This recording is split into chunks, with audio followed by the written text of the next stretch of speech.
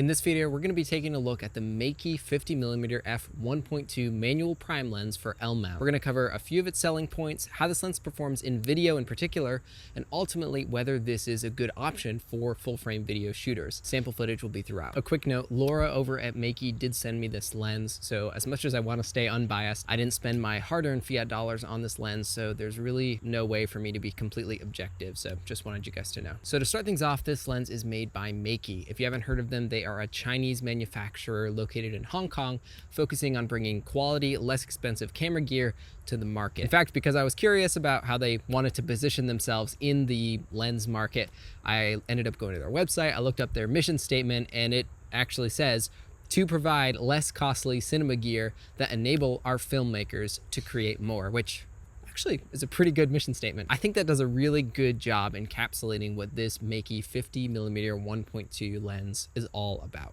To me, there are three main selling points for this lens. One is the $360 price tag, two is the f1.2 aperture, and three, it's the video focused build quality, which we'll get to later. Any quality full frame glass at f1.2 will almost always run you over like $1,000. And this lens is attempting to break into the ultra fast prime market without costing an arm and a leg. For instance, the closest competitor that I could track down was the Voigtlander 50mm f1.2, which costs right around $900, almost 2.5 times the price of this Meike. So for an ultra fast full frame prime, you're not going to find much in this price range. But my biggest hesitation when Meike first reached out was that these cheaper primes are usually cheaper for a reason. I had a little bit of hope because they're working really hard to compete in the budget space for cine prime lenses, and even some of their budget cine lenses are really, really good. So nevertheless, I accepted the review and was pleasantly surprised when I first opened the box. This lens is built like a tank, definitely higher quality than I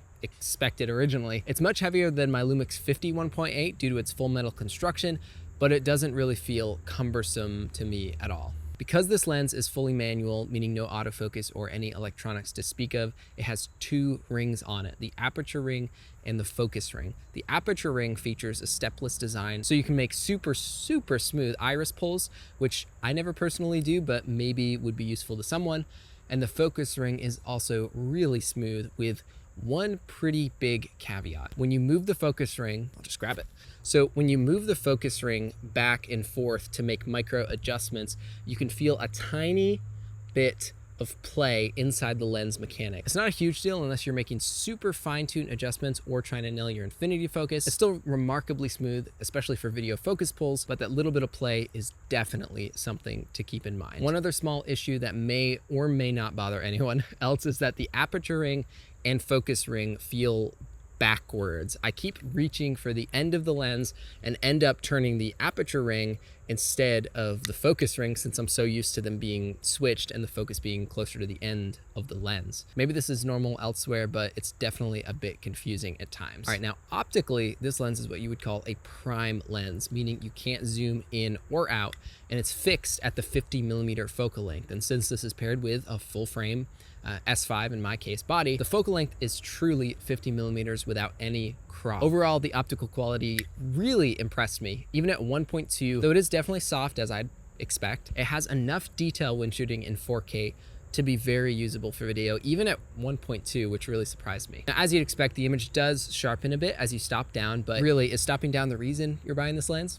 I don't really think so. Also along those lines, the bokeh is very pleasing. It's smooth and has a nice roll off into the background. You do get a more cat's eye shape at 1.2, but that turns completely circular as you stop down to 1.4. I think it looks good either way. Now you can definitely see some fringing in higher contrast shots along with some longitudinal aberrations, but overall it feels relatively controlled when you consider that this is a lower cost 1.2 lens. One con is it does lose quite a bit of contrast when backlit in direct sunlight, and you do get this gigantic, kind of interesting looking flare at certain angles facing the sun. So when you're outside, just be aware of those limitations and maybe bring a matte box or try to avoid sunlight from directly hitting the front of the element. Also, even though 1.2 is certainly usable, if you're trying to manually focus track a subject, 1.2 on full frame makes getting the exact focus point very difficult. For instance, this shot is 35mm at 4.4, and you can see even here it has some background bokeh, but imagine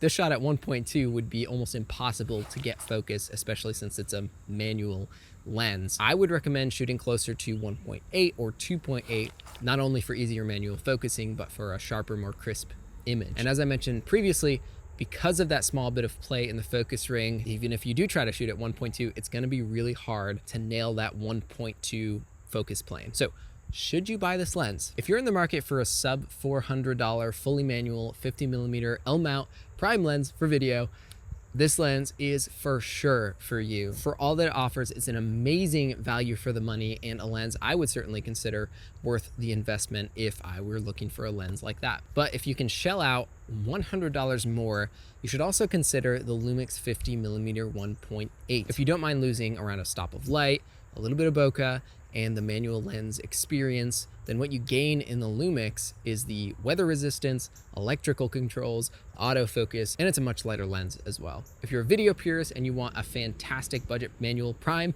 stick with the Meike. I think you'll really enjoy the whole shooting experience. Thanks so much for watching.